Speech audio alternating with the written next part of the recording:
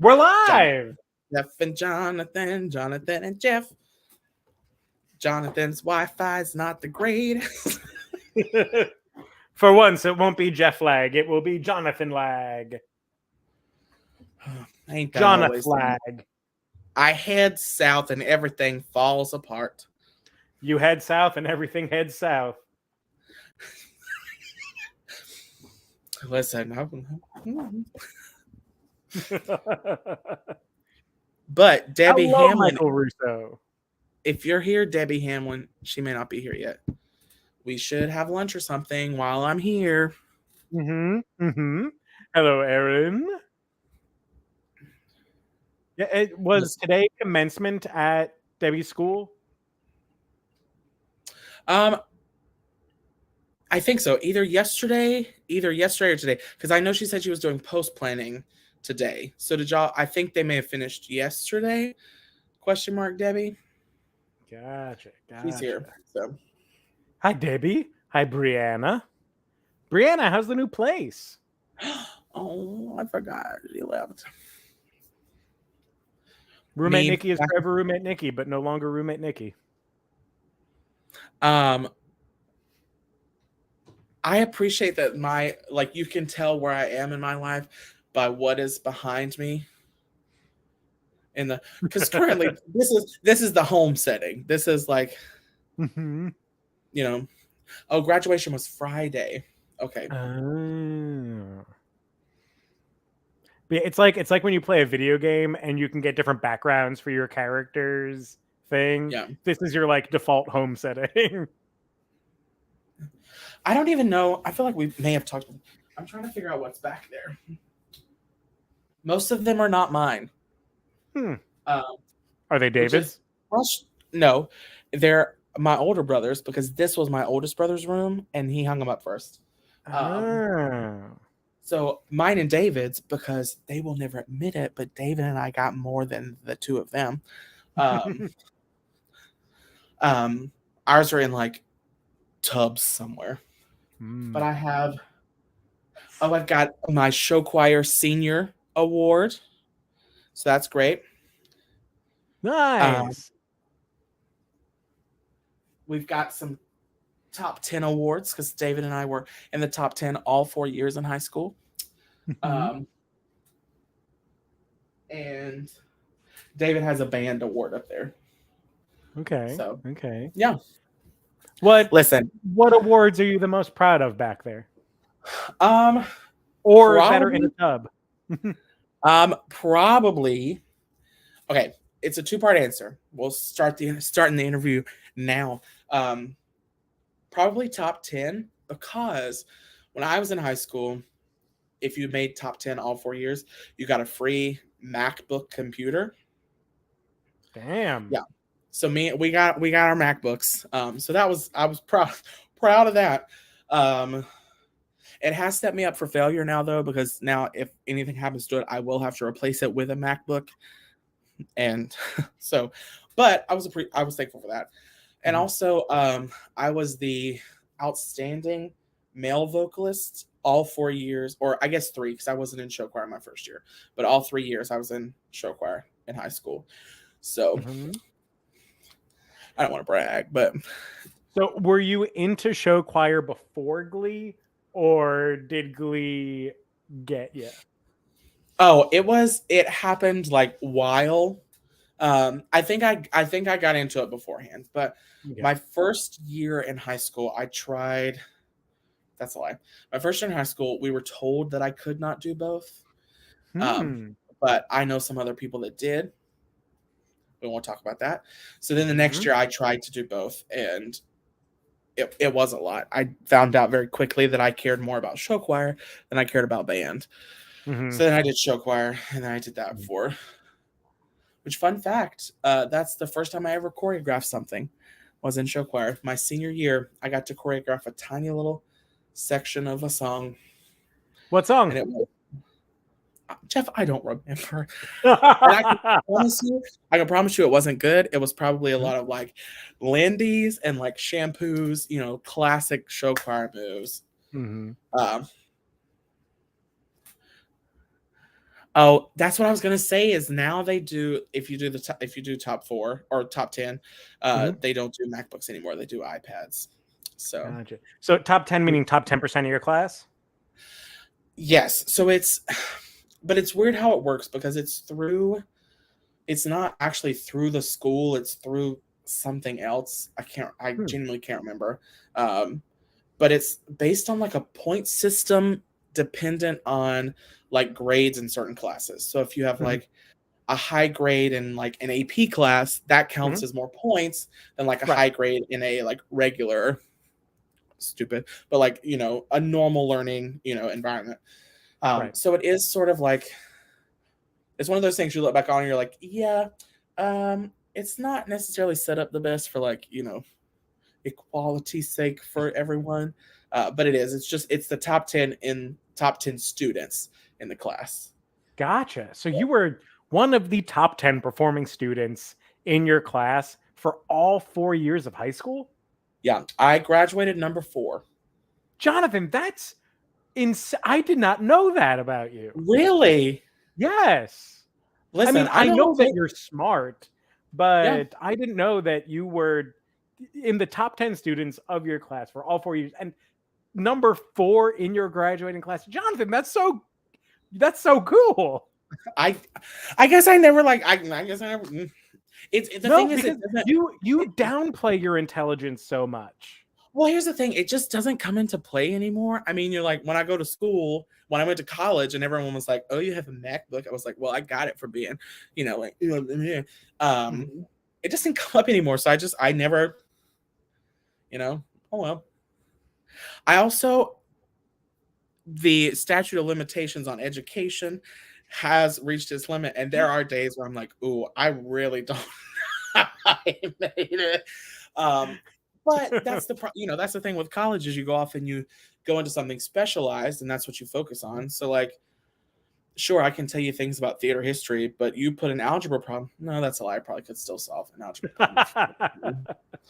Um, yeah, we some smart folks up in here. Very Um, smart folks. yeah, that's wild. Thanks for going on that journey with me, everyone. So That's what tonight is about. Thanks everyone who is joining us tonight. Tonight we are doing kind of a special episode.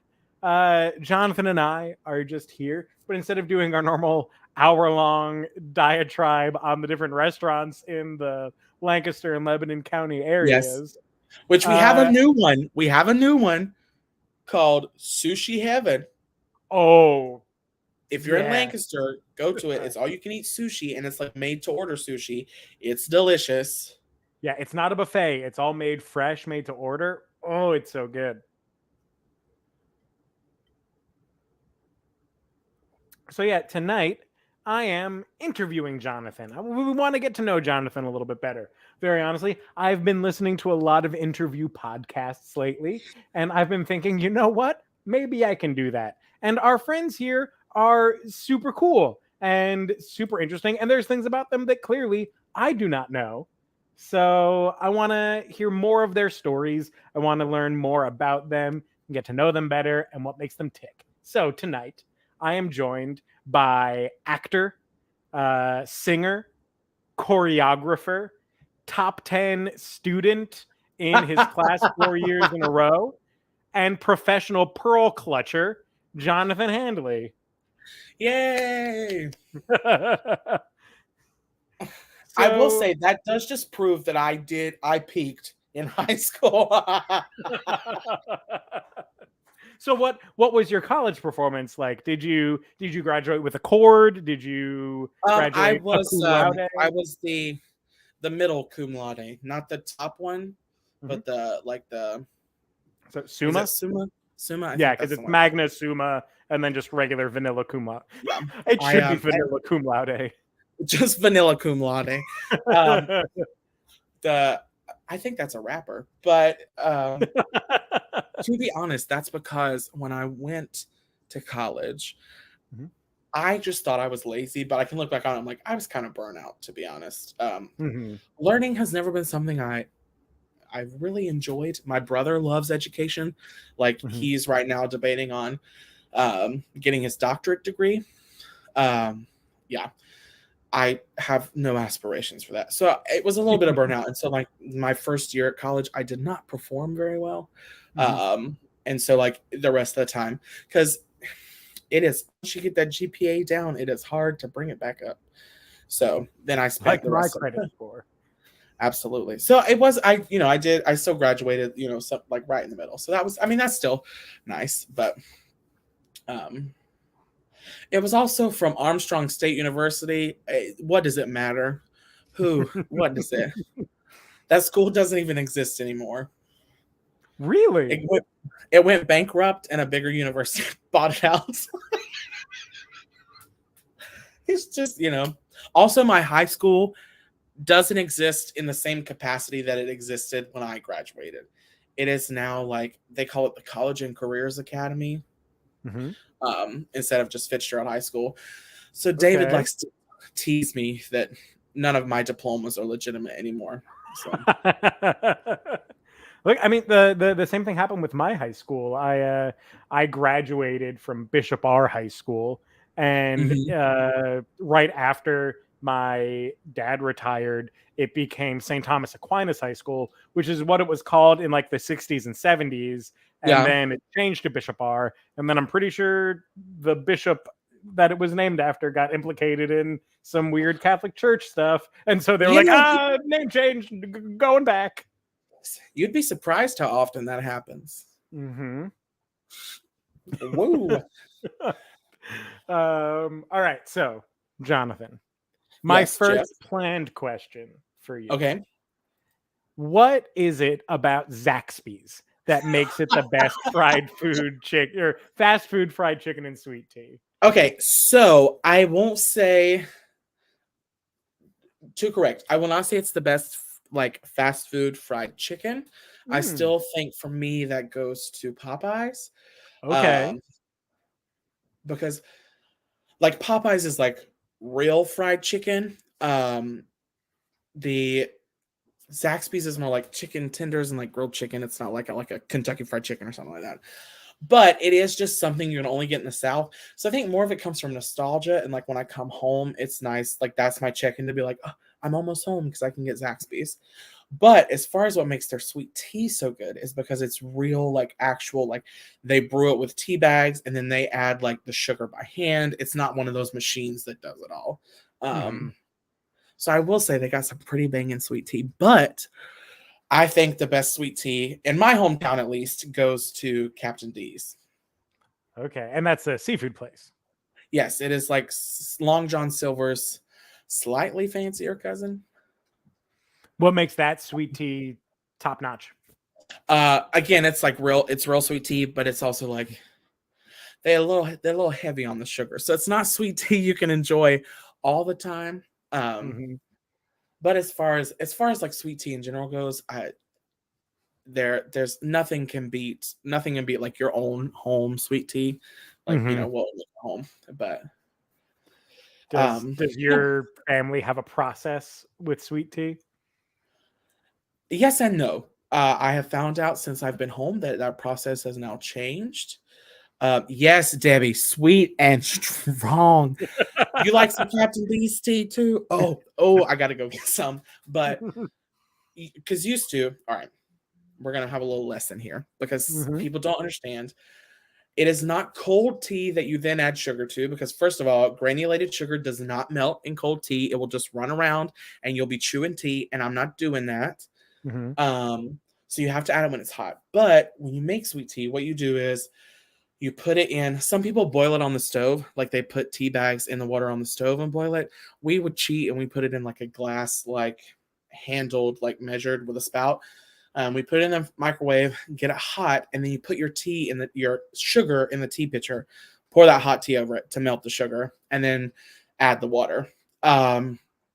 We actually now, because my parents have decided in their old age that they don't have children anymore to do the laborious task of making tea. So now we put the tea bags in the coffee pot and it Oh. runs through. So then it's already hot, Mm. and it's one of those. It's a Keurig that does the carafe and the single serve, so it Mm. stays Mhm. hot. So it can sit there and it can steep, so it gets strong, and then you Mhm. still pour it over the sugar, do it, and then what we like to do is we fill it up almost to the top, and then put a whole like shitload of ice cubes in it, so it cools Mhm. down, and then the water melts, and that like fills the rest of the tea up with water. So Okay.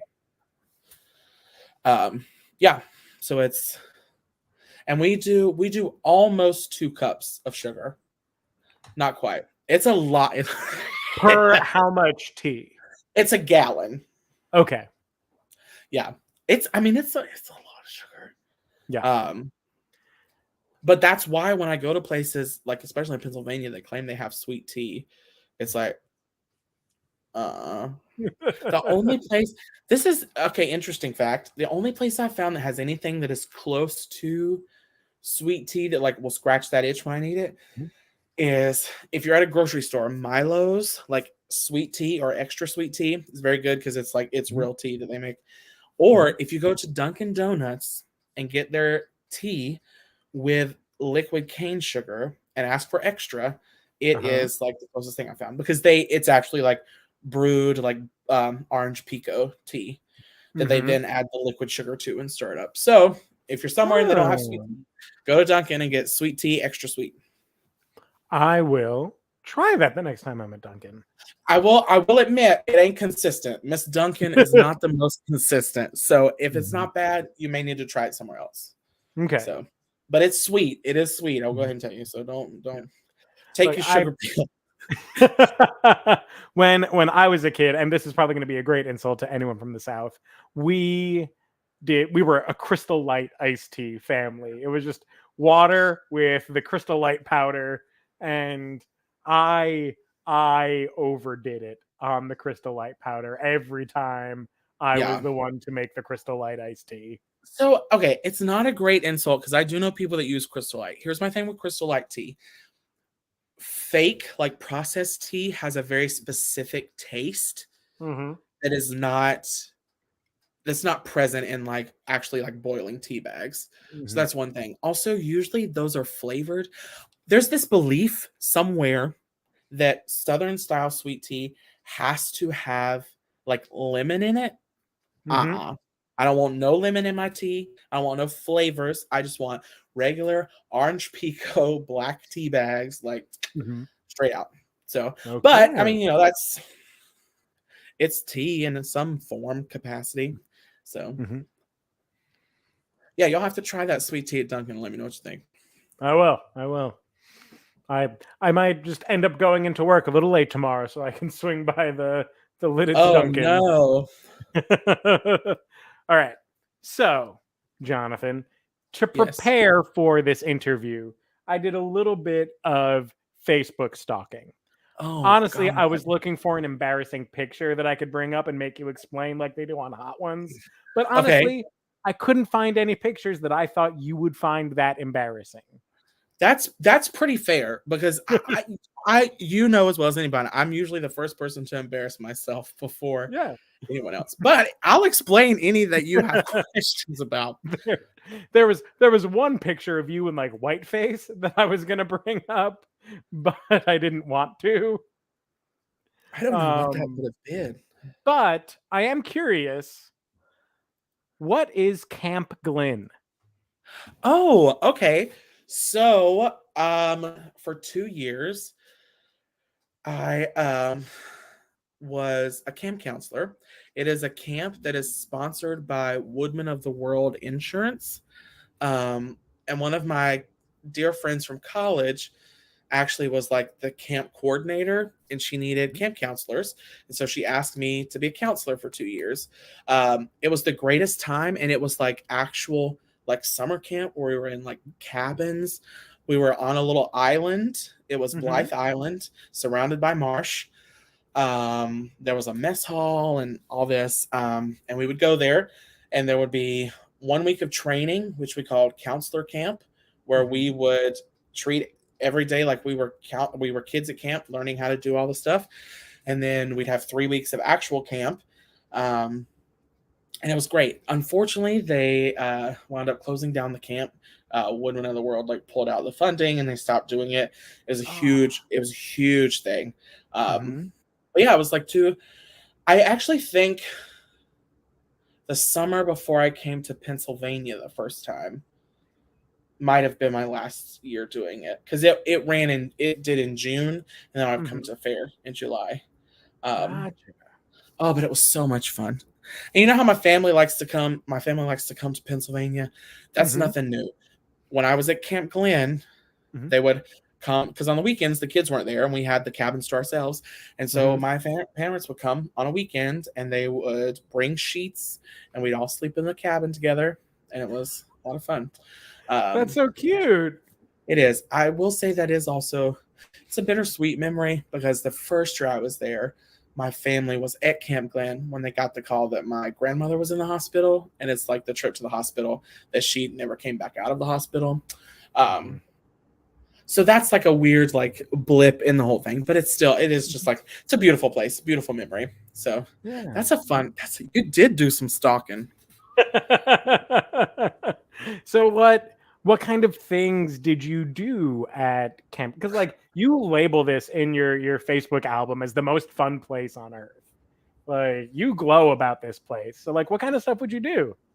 So there were rotations. We had like a ceramics and pottery like thing, which they didn't make it. It was just like they would paint and they would be able to take it home for a souvenir. Mm-hmm. Um, they would do archery. We would have there was swimming. We'd teach them how to crab. Like I know how to catch crabs, and I can tell you the difference between a male crab and a female crab. You have to pinch them with your feet on the ground, and then you have Mm-hmm. to catch them and pull their. It's like little blue, like soft shell crabs. Pinch their Mm-hmm. things, and you lift them up like this, and on the underside of their belly, if they have a rocket ship, they're a boy, and if they don't, they're a girl. Um, yeah, and it was just, and there'd be stuff like every night, like one night, every Thursday night, we had a talent show. We would have on Friday, all the campers were split up into like team colors, and throughout the week, they would do little events as those teams. And then at the end of the week, we'd have a big, almost like field day event Mm-hmm. um, where they would compete and you would, see whose team was the best. And my favorite is that we would always, every Friday, have a counselors, because the counselors were in charge of certain teams. And we Mm-hmm. would have a counselor's scavenger hunt. And it's like musical chairs scavenger hunt, where they put out one less chair than the number of people hunting. You run off, try and find the thing, and you have to get it back before everyone else. And if you don't get the chair, you're out. Um, that's where I found out that I am very competitive and that I can break plastic chairs if I need to. Um, it was, and it just was it. It's the first place where I was ever like in charge of people, so it helped Mm-hmm. a lot of like maturing and growing up. And I met all kinds of people. It was a lot of fun. Mm-hmm. So Do you feel I, like no, go what were ahead. we gonna say? Oh, I was gonna go. I was gonna say, me saying it's like the most fun place on earth. Yes, but also I am known to be hyperbolic at times. Mm-hmm. Um, so if you would have asked me like 2 years before, I'd have said somewhere else was the most fun place. But it does. I hold a very special place in my heart. Yeah. Do you feel like your time at Camp Glen prepared you for what you eventually are doing with Missoula? Yeah, I would say yes and no, because there was the I dealt a lot with the older kids because I was one of the oldest camp counselors. A lot of their Hmm. counselors so you can go there until you're 15.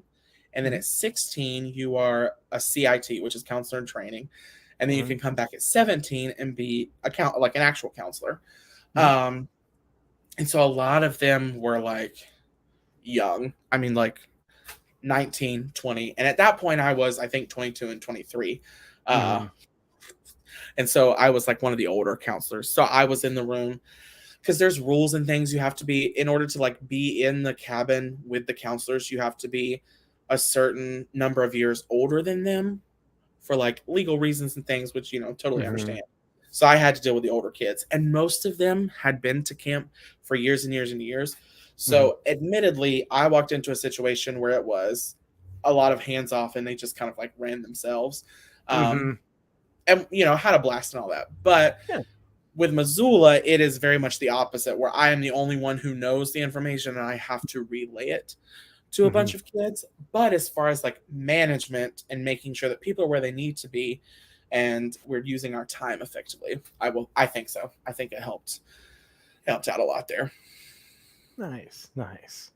All right, so let's move on to the like sort of pop culture section of this interview. TV, movies, or books? TVs.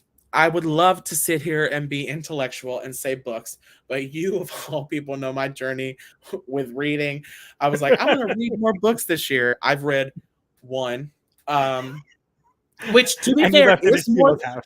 That's not even the one I finished. It's like 1.5. Yeah. Okay. Which is more than I read last year. So like I'm accomplishing the goal, but at a glacial pace. No, TVs. I'm a huge like true crime. I love stuff like that. I was actually watching a series today on Netflix called Catching Killers, and it's about like really famous serial killers and the stories that led up to like catching them. Okay. So I love that, and I'm also like huge like mystery stuff. I love stuff like that.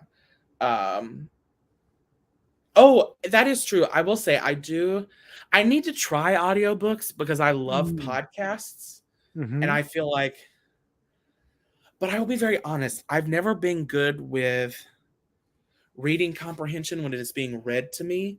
If I read it myself, I can like absolutely comprehend all of it. When it's being read to me, my mind just is in 1,000 different places.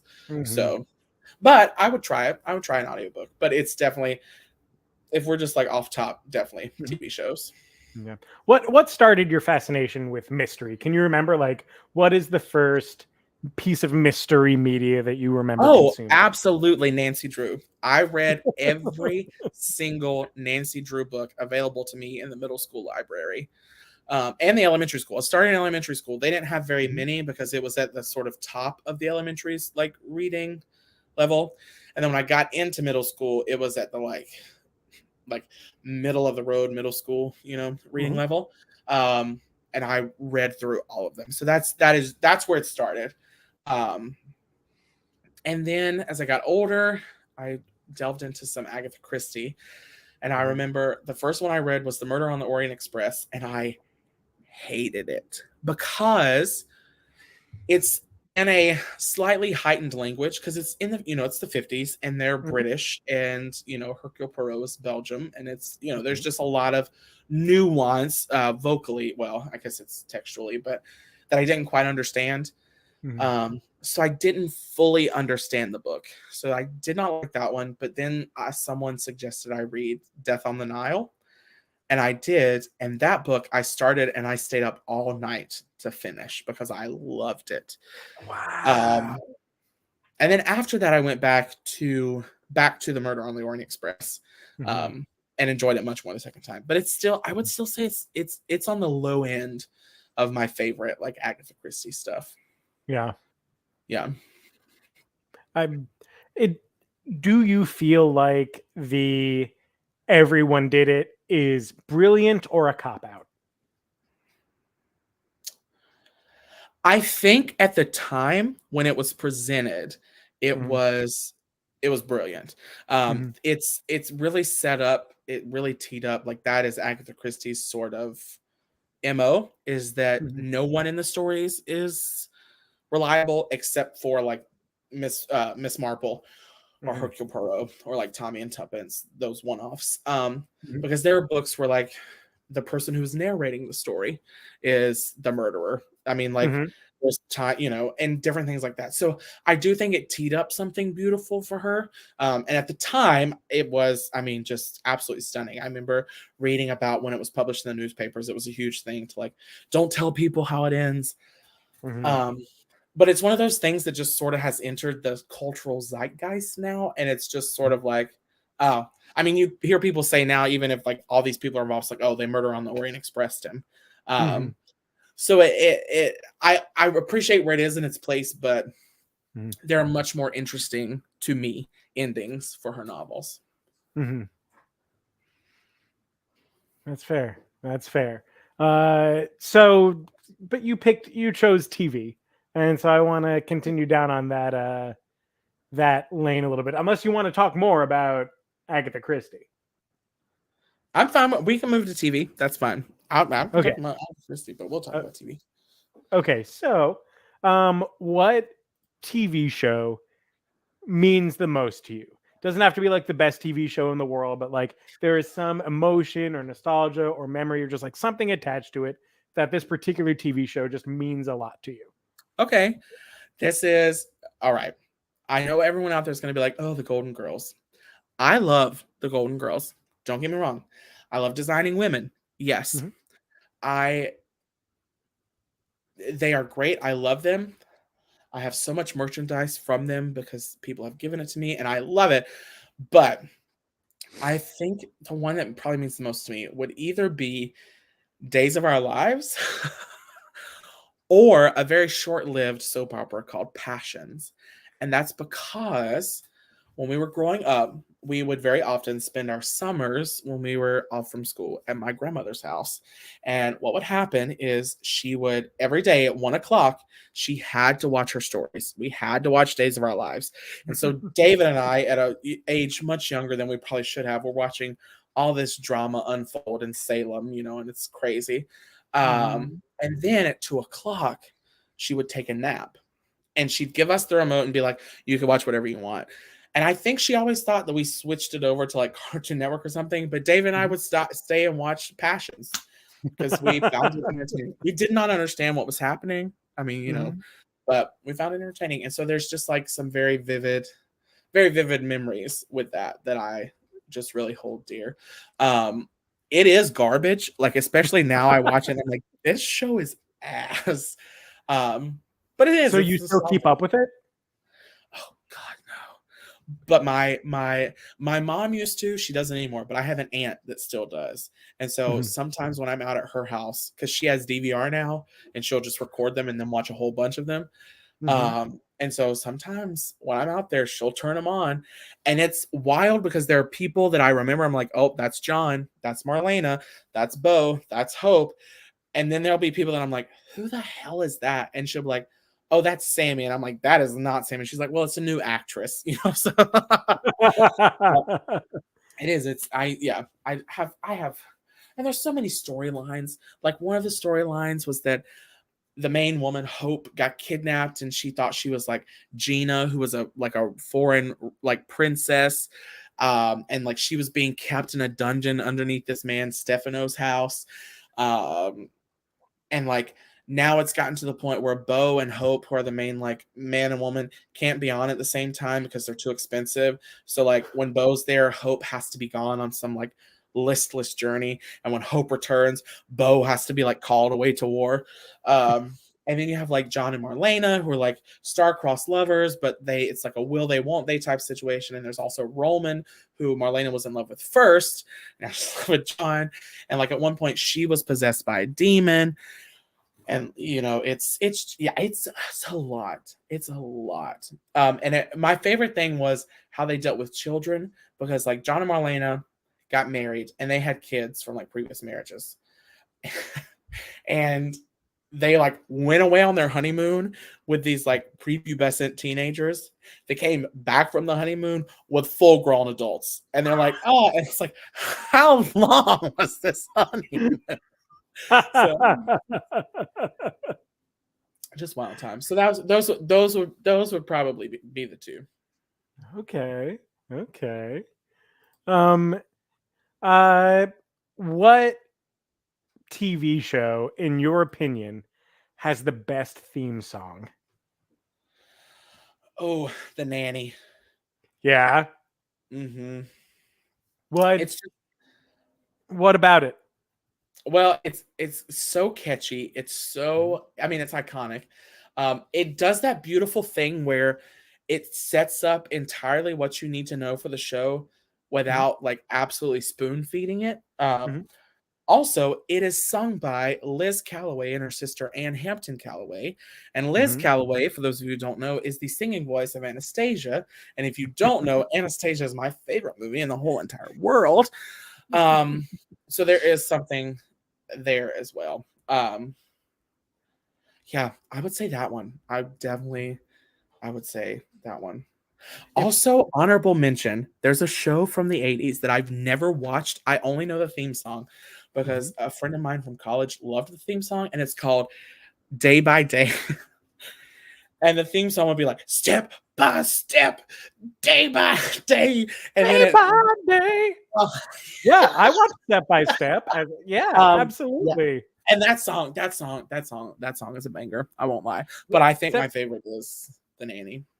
Step by Step was like an early 90s like trying to reimagine the Brady Bunch. Like Oh, two single parents uniting their families. That I watched that show a lot. The Nanny, I that theme song, you're absolutely right. It sets up everything you need to know. If you listen to that theme song, you can skip the pilot episode because the pilot absolutely. episode is beat for beat the theme song. Yeah. It also, I will say too, I have not watched a lot of The Nanny in its entirety, but the Mhm. number of times that I've watched compilations of Cece and Niles like obliterating each other vocally, Mhm. it was just a formative part of who I am as a human being. Mhm. Um, okay, well, what about you? What would you say is the best TV show with the best theme song? Oh man, that's tough. I Before I answer that question, I do want to go back to the Nanny real quick Okay, because I watched that show with my mother all the time. Like yeah, I was home in an afternoon or whatever, the Nanny was on, my mom and I would watch it. We'd crack our shit up. It was great. I Until I rewatched the pilot episode a year ago on HBO Max, rip. Um I did not realize that that show was just an extended parody of The Sound of Music. what? She's the like low class quirky nanny who gets in with this rich family Wow. and gets the kids and the dad to finally connect with one another. Yeah, you're not wrong. It It's is. The Sound of Music. It's The Sound of Music with Fran Drescher, and I don't know the man's name. I just know him as Mr. Sheffield, but that's Mhm, wild. Yeah, that is. Huh. mhm. It's The Sound of Music with more Jews and fewer Nazis. Huh. Well, that's usually the side of it you want to end up on. Right. More Jews, fewer Nazis. More Jews, fewer Nazis. So what would you Uh, say? What would you say is the most? okay. Because I feel like it's experience based as well. Because like I'm sure there are theme songs out there I've never heard that to some people are like absolutely iconic. Mhm. So I think there is a difference between the catchiest and the best. The okay, catchiest TV theme song I think that has ever existed is the DuckTales theme song. Because you cannot say DuckTales without someone in their head going, woo! And now that song is stuck in their head for the rest of the day. I'm sorry to okay. all of you that I just did that to. So I definitely think that that is the catchiest theme song. Okay. Best TV theme song to me, I, the 70s and 80s had so many good ones. Um, you know, uh Silver Spoons has like an epic theme song. I don't know what that is. It was sitcoms are Jules and I have often talked about doing a podcast about sitcoms because I Yeah. love sitcoms so much. Um, and theme songs are such a huge part of it. I will say there like in the like I would say even up into the 90s and maybe early Mhm. 2000s, like theme songs were such a thing, and they're Mhm. not anymore, and it makes me so sad because I mean think about like I mean there's so many that are just so identifiable. It's like Golden Girls, you start singing thank you for being a friend, everybody knows Mhm. that. Mhm. The Nanny, it's Mhm. I think about Murder She Wrote, like that instrumental starts playing. Sorry, hold on one second. Yes, my love.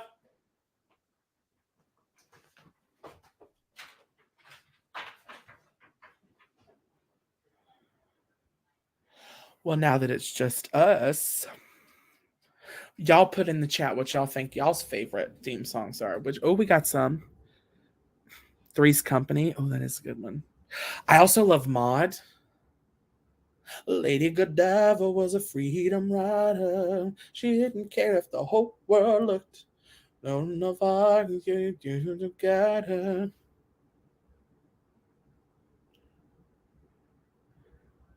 Optimizing, hit the tip right on mall.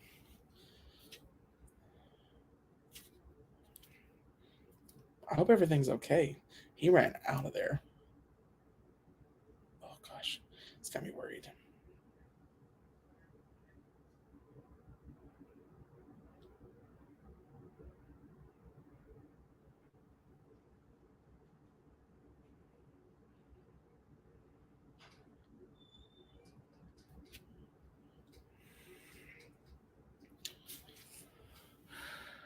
See, I never watched Pee Wee's Playhouse, so I don't know the theme song to that one.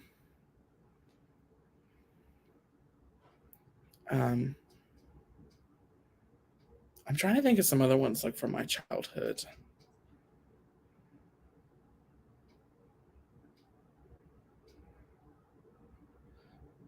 Oh, I used to love the Big Comfy Couch. Um, Arthur. Oh, I love Arthur. Hey, hey, what a wonderful kind of day. Love that one. Um, oh, Zoom. Loved Zoom. Haley and I talk about that all the time, and she always laughs at me because anytime we talk about Zoom, I have to talk about the fact that there was this girl in there named Zoe who had a latex allergy, and now as a grown human being with understanding and empathy, I know that that's a legitimate thing. But I used to get so frustrated with her because she would every time they want to do something, she's like, and I can't participate because I have an latex allergy. And I was just like, we don't care. But again, I've grown, I've learned, I have sympathy and empathy, compassion. So it was.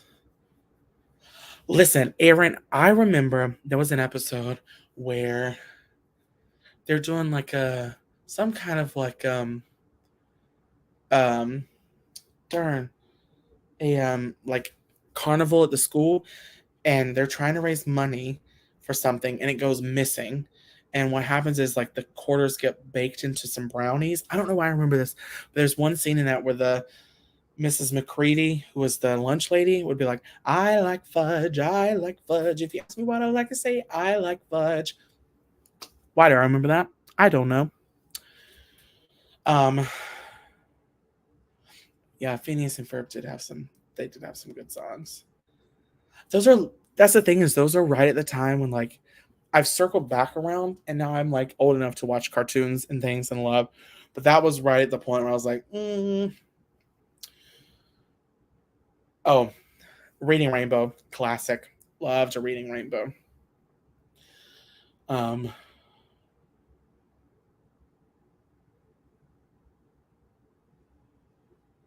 exactly. Also, there's also like a musical episode where they do like opera, and the dad is like, um, I'd like apple pie. I don't remember. Hold please. Apple. Apple. Arthur opera.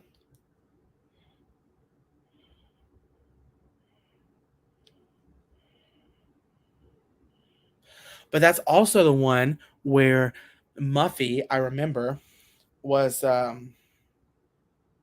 Muffy's opera sang Carmen, and she was like, I am like a rebellious bird. No one can put me in a cage. What is the worst book I've ever read? Ooh. Probably something I was forced to read in high school. I did not care for The Grapes of Wrath, and I did not care for As I Lie Dying. As I Lay Dying. I will say, though, I read a book recently. I'm not going to tell you all the name of it in case you want to read it so it's not spoiled, because I'm going to talk about the ending. But it starts off and it's told from the perspective of two different people. And one of them is a woman that has come to stay in an Airbnb in Wyoming. And one of them is the man who owns the Airbnb in Wyoming. And it is them like talking about their different experiences. And she talks about at one point about like these women who have gone missing, and he talks about like how much he wants her the whole time, but it's always this like you can never tell if he is actually guilty or if he's not.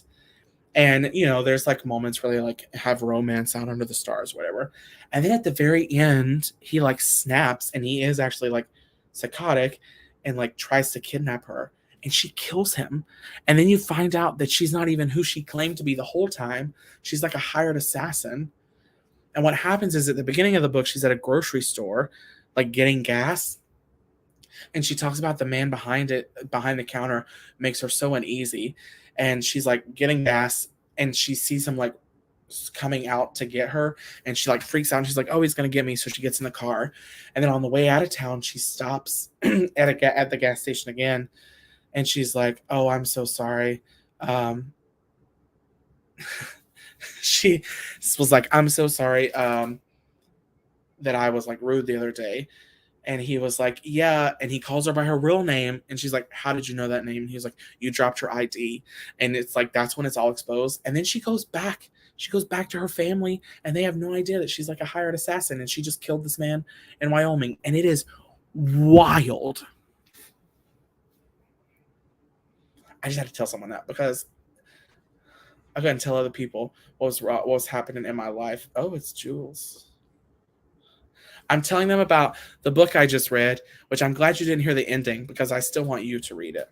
Okay, I'll leave. I just wanted to explain why Jeff had to run out. This is an insight into our life. So me and Jeff have been having an argument, not an argument, but like, you know, one of those marriage arguments about like dumb stuff. And it was how to clean a knife. I wasn't going to say it, but I knew as soon as she put that finger up, I knew. I still maintain I cleaned the knife correctly. But you cut yourself. I had a slip of the hand and I have cut my finger, and it looks worse than it is. I mean, it's pretty, it hurts, but it's so wild. Knife cuts bleed like, I mean, it's like you're dying. I know. Crazy. Well, and now I'm going in and out of lightheadedness too. So I'm gonna go lay down. Goodbye. Love you. Yeah, we'll do that. Drink something with iron. Okay, keep going. Okay, what she won't tell you is that this all started one day I was at their house, and she was hollering at Jeff about him cleaning the knife, and I was like, it's fine. Like, I think how he cleans the knife is plenty adequate. And she's like, no, that's the wrong way to clean the knife. And I was like, I'm not in this. But anytime I say something about it, she yells at me. And guess what? Guess whose fingers aren't sliced? That's all.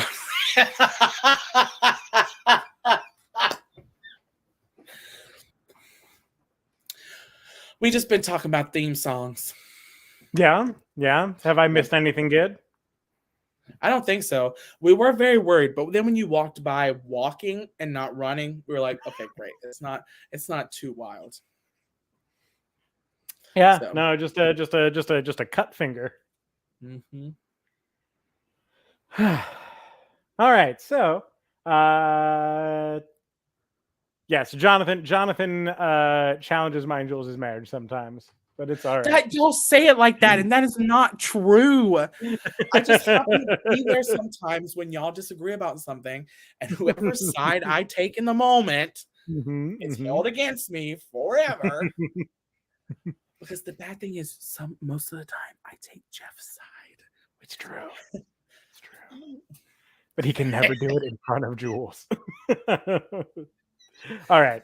Let's move on to the section that I'm feeling a lot of these people are going to be very interested in, the Ren Fair section of the interview. Ooh. Okay. Yes.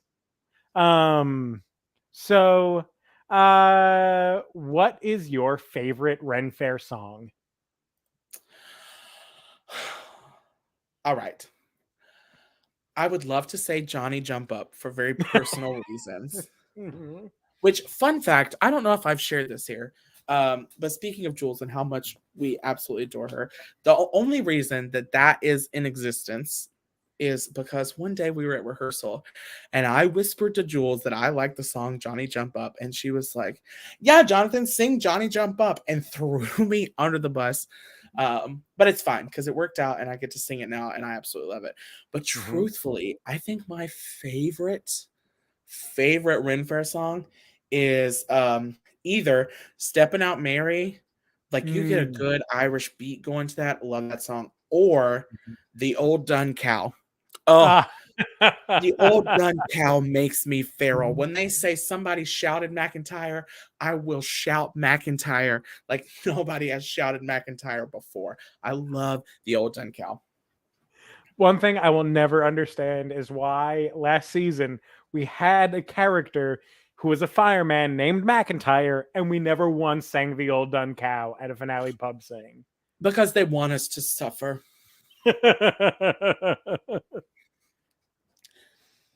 Listen, when I went to Jersey, they sang it at Jersey, and I was obnoxious in the back of that audience because I sang it with my whole chest.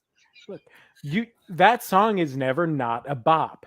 Anytime like a music group has gotten up and performed The Old Dun Cow, it is a raucous time. Like absolutely. That.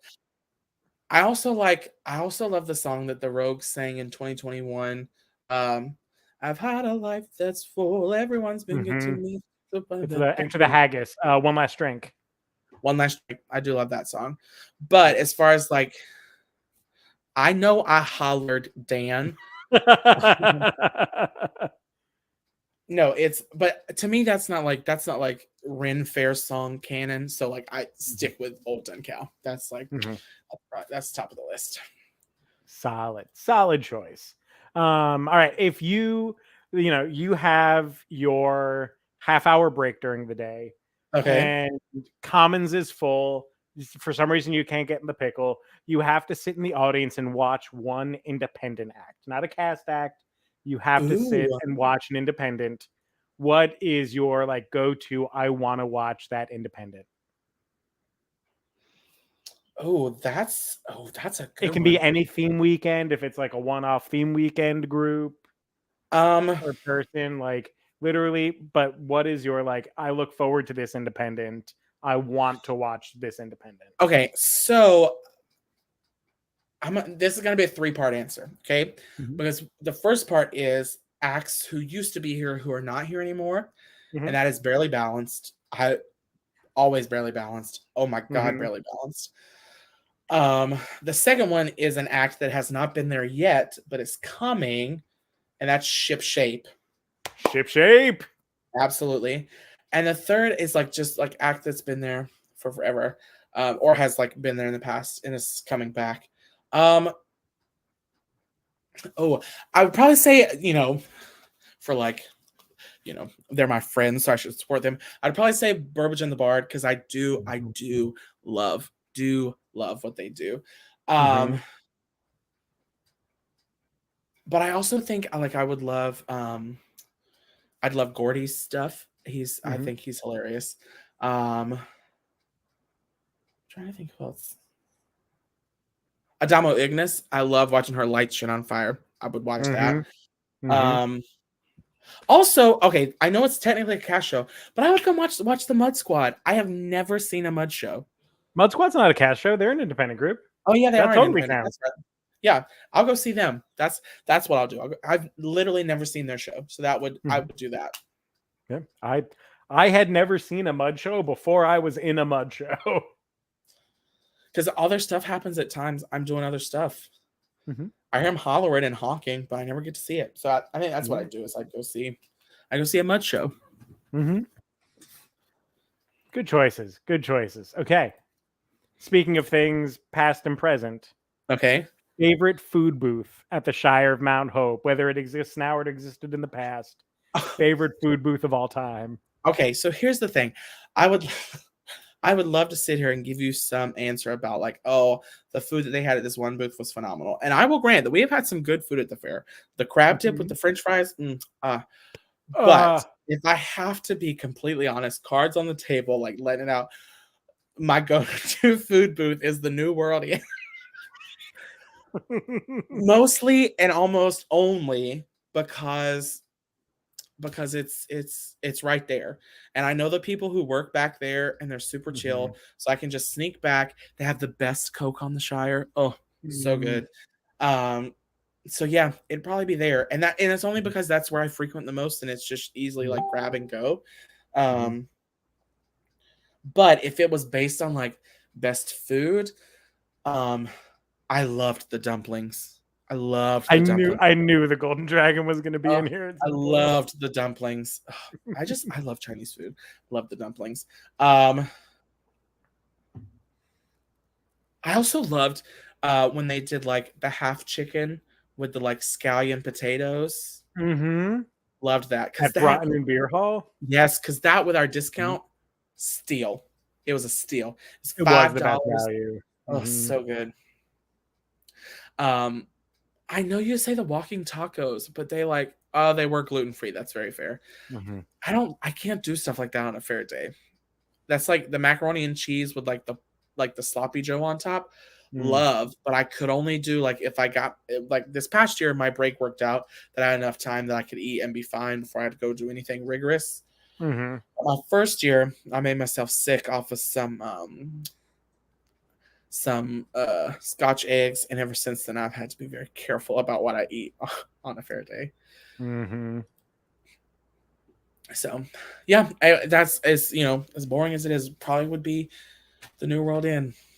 Look, although steak on a steak, I have never bought it because it's expensive, but my parents buy it when they come and I get to taste it.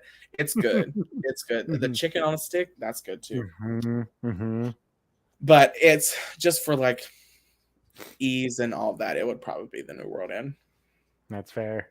And I've been lobbying Daniel to bring back the Siren Burgers for forever. Maybe someday. Please. And the crispy chicken sandwich. Now that we're back with Cisco, I've been told that the crispy chicken sandwich isn't going to happen ever again. But they just want to torture me. They do. So. It's because he said it's because Jonathan likes it too much.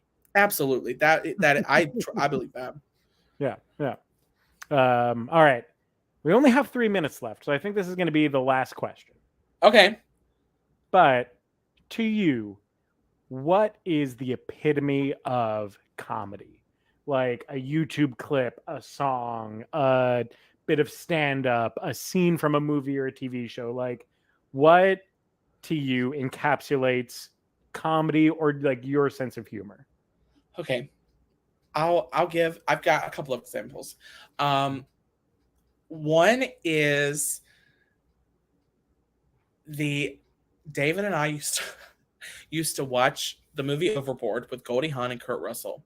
And there was a scene, there's a scene where she's in the back of the truck and she eats like a bug as they're driving, which in itself is funny. But one day, David and I accidentally watched it in French. And I don't know why, but her saying, like, I just say to Buck, she's like, like just the way she said it. I mean, we just sat here and like cried from laughter. I don't know why but it is. Another one is I've really been watching since Paul O'Grady passed. I've been watching a lot of Lily Savage, which I love. And there's a clip where she's at the Actors Fund for tsunami relief, and she goes, I don't remember the date, so they're going to be wrong, but she's like, In 1589, Henry VIII made a law banning all the brothels. And in 1956, Eva Peron dropped dead and her body went missing for 3 weeks. They've got nothing to do with each other, but fuck, doesn't your mind wonder when you've been smoking a joint? And that just, it's like so dry and it's just so consistent. And it's one of those jokes that she delivers it and stops because she knows the punchline. Like, it's one of those that it takes a second to process. And then just watching her like stand there, you know, and it's not like a big, like she's laughing at herself or anything, but it's that like face of like just sort of milking it without really saying anything. That is, love that. And that's, I mean, and truthfully, like that is, that's usually how I do it fair, is I do a lot of like face acting, and in between I'm very much, and you don't realize how much you do that until you have to put on a mask, and you can't do that, and your comedy suffers for it. And the last thing is, I saw a TikTok today. I'm an instigator through and through. I will yes and damn near anything, but I will come up with damn near anything and want someone else to do it, either with me or to like, you know, do it independent of me. And I think that's why, like, you know, me, Alex, and Alexis get in so much trouble and do fuck all. But I watched a video today. It was a TikTok where this guy was sitting beside this girl in class, and she told him that if he threw his calculator, she would throw hers too. And so they count to 3, and she like acts like she chucks it, but doesn't. But he actually throws his calculator, and then she like and just sits there, and you just see the teacher come around, and it's just like, that is, I don't know why. And part of that is because my cousins would do shit like that to me growing up. And I just found it hilarious. So that would probably be, I also love like Kathy Griffin and Joan Rivers. I am not a huge character-based improv is not necessarily my strongest suit. I'm okay at it, it's fine, but wit is much more my strong suit, and like, you know, like quips and things in response to stuff. And I think a lot of it comes from watching that, and that is their sort of style. It's, you know, like observational humor, yes, but it is just like responding to funny situations. And that is much more where my strength lies. So yeah, so that's probably my like spiel of things that would encapsulate it's funny to me. Nice. Well, thank you so much for being the first guest on the Improv Technology interview series. All right. I know we are technically over time, but I'm going to speed round the questions that I have for you. It's just 3. Oh, shit. They're super simple. Okay? Okay. 1, we all know you're a huge like Terry Pratchett fan. If you had to tell someone one book for them to read to get started with the series, what would it be? Weird Sisters. Great. Solid. That would explain why that's the one Doug is reading, probably. It's especially for people that are involved in theater or like Ren fairs. I feel like Weird Sisters is the most accessible because it starts off like it's a parody of the Scottish play. Okay. And then the story sort of takes off from there. But it's a really easy access when the first line is, "When shall we 3 meet again?" Well, I don't know. I got things going on next Tuesday. Like, that's perfect. Yeah. All right, Weird Sisters. I'll keep that in mind. Second thing, I know that you are a Star Wars fan. So what, in your opinion, is the correct order to watch the Star Wars just movie franchise in? I think the best order to watch it is the order of release. You watch 4, 5, 6, then 1, 2, 3, 7, 8, 9. Because 1, 2, and 3 aren't nearly as impactful if you don't have that foreboding sense of dread of knowing what Anakin Skywalker grows up to be. I think that is what makes the prequels most worthwhile. Yeah. And then my last question is, if you had to choose one fast food place to order from for the rest of your life, what would it be, and what would your order be? Probably Taco Bell. Okay. a Crunchwrap Supreme combo with chipotle sauce in the Crunchwrap. Ooh, And a soft taco. with And potatoes. then a grilled cheese burrito with potatoes instead of meat and creamy jalapeno sauce in that. Unless I could go back in time and order a volcano burrito, because Taco What is Bell a has never been better than the volcano burrito. What's a volcano burrito? It is it was the first time that Taco Bell put the like red strips in a burrito, and it had lava sauce in it, which was this like very spicy version of the chipotle sauce. Ooh, And you could get a volcano taco, which came in a red taco shell and had the lava sauce and the red strips and all of that in it. But like this was early to late 90s Taco Bell, the volcano taco, the volcano burrito, nearly matched by the Daredevil loaded grillers of like 2015, 2016. you are a diehard Taco Bell fan. I don't have it when I'm home. I just Mm-hmm. don't, because there's one in town, but it's always so busy and it's just not worth all that. So I like didn't have it a lot until I got into like college and all that. So I missed a whole era of Taco Bell. It My last question for you, I promise this is the last one. No, I said mm-hmm. three, but this one actually fourth one. And this is just for me because I'm nosy. Mm-hmm. Out of all the things that you have done at that place that we all work, where we shall not name, what is the thing you are most genuinely proud of? It can be performing, directing, writing, whatever.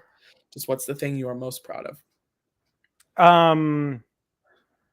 Disaster Piece Theater, because it was the culmination of 3 years of work with a really special group of people. It because back when you started on Improv Track, that was my first year directing the professional improv Yep. track for the fair, and we had nothing.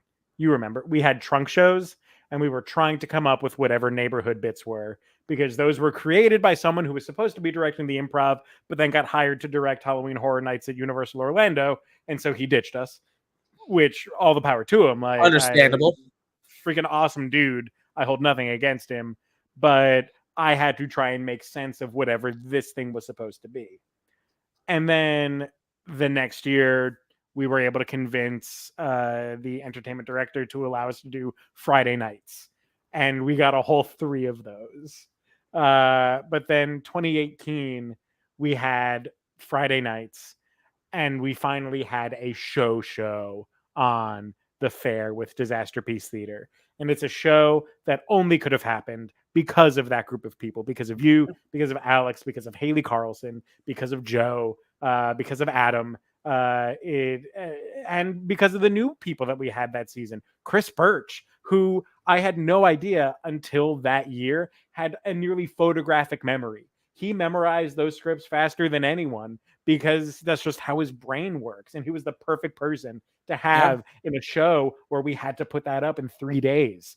And working on Wednesdays when the rest of the cast had off and we were at a diner brainstorming ideas and writing ideas, like that is probably the most special experience I have had at the fair. I have directed more important things.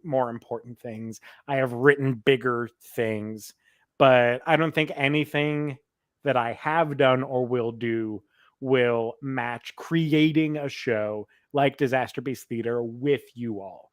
Because I gave it its name and I gave it like its attempted format, but that show wouldn't have been the same without you all, because of the work we had done for the 2 years prior, building us as a group. And like, that's why IT is so special to me, because it's those people that we put together that show with, that we developed that bond with. And nothing against any cast that has come since. They're all brilliant and stunning and have done great work, but that moment in time, improv at the Pennsylvania Renaissance Fair reached to me its highest Pokemon evolution. We started as a Charmander in 2016. We became a Charmeleon in 2017. We got stronger. We got tighter. But then 2018, we were a Charizard. We were the hot shit. Everyone was jealous of Disaster Piece because of the work that we put into it. And nothing will ever beat that. Like, that is the dragon that I am chasing for the rest of my life. Yeah. It's why I want to write and film sketches with IT. You know, a couple years ago, we had talked about maybe doing a like week-long getaway where we just wrote and filmed things and tried to get like 12 3-minute sketches together so that we could release one a month. And it's still something I want to do because of the vibe that this group of people has. And it felt very special to me to be guiding you all through that. Yeah. It is. I mean, even on my side of things, there's absolutely sort of this like electric energy that exists. You know, I mean, we have it in small degrees when we're here on the internet with each other, but like when we are all, you know, for those of you who may have come to us later or whatever, but there is genuine, when we are all in the same room together, it is chaos and it is madness, but in the most magical and like electric sort of way. So yeah, that is, yeah, I would agree. I think that's probably mine too. So, which we've talked about that lots. The parking lot discussions that Jonathan and I have had about what's going on with Disaster Piece Theater and how we can make it better. Listen, y'all, it is no joke. Almost every day since 2021, Jeff and I have talked. And you don't realize how much you talk to someone until you have to scroll back through your messages to find something important for something you're doing. You're like, Jesus Christ. Debbie, I'm sorry we didn't get to the actors studio questions, but you have my phone number. If you want to ask them, you can. Anybody, if y'all want to ask me something you want to know, ask. I'm pretty much an open book. Yeah, Jonathan is very open. Yeah, and if I don't want to discuss it, I'll tell you because I'm also a little too honest for my own good. So, but thanks for this. This is fun. Thanks for being my the tester, and you are an excellent person to interview because of how open you are. So I'm really glad that we got to do this today. Thanks. I'm happy to be the test. That's usually my lot in life. They're like, throw it at him. We'll see what he can handle. So, and thank you to everyone that tuned in and watched this episode. If this is something that you want to see more of with other members of Improv Technology, or if you want to see a part 2 of Jonathan, let us know.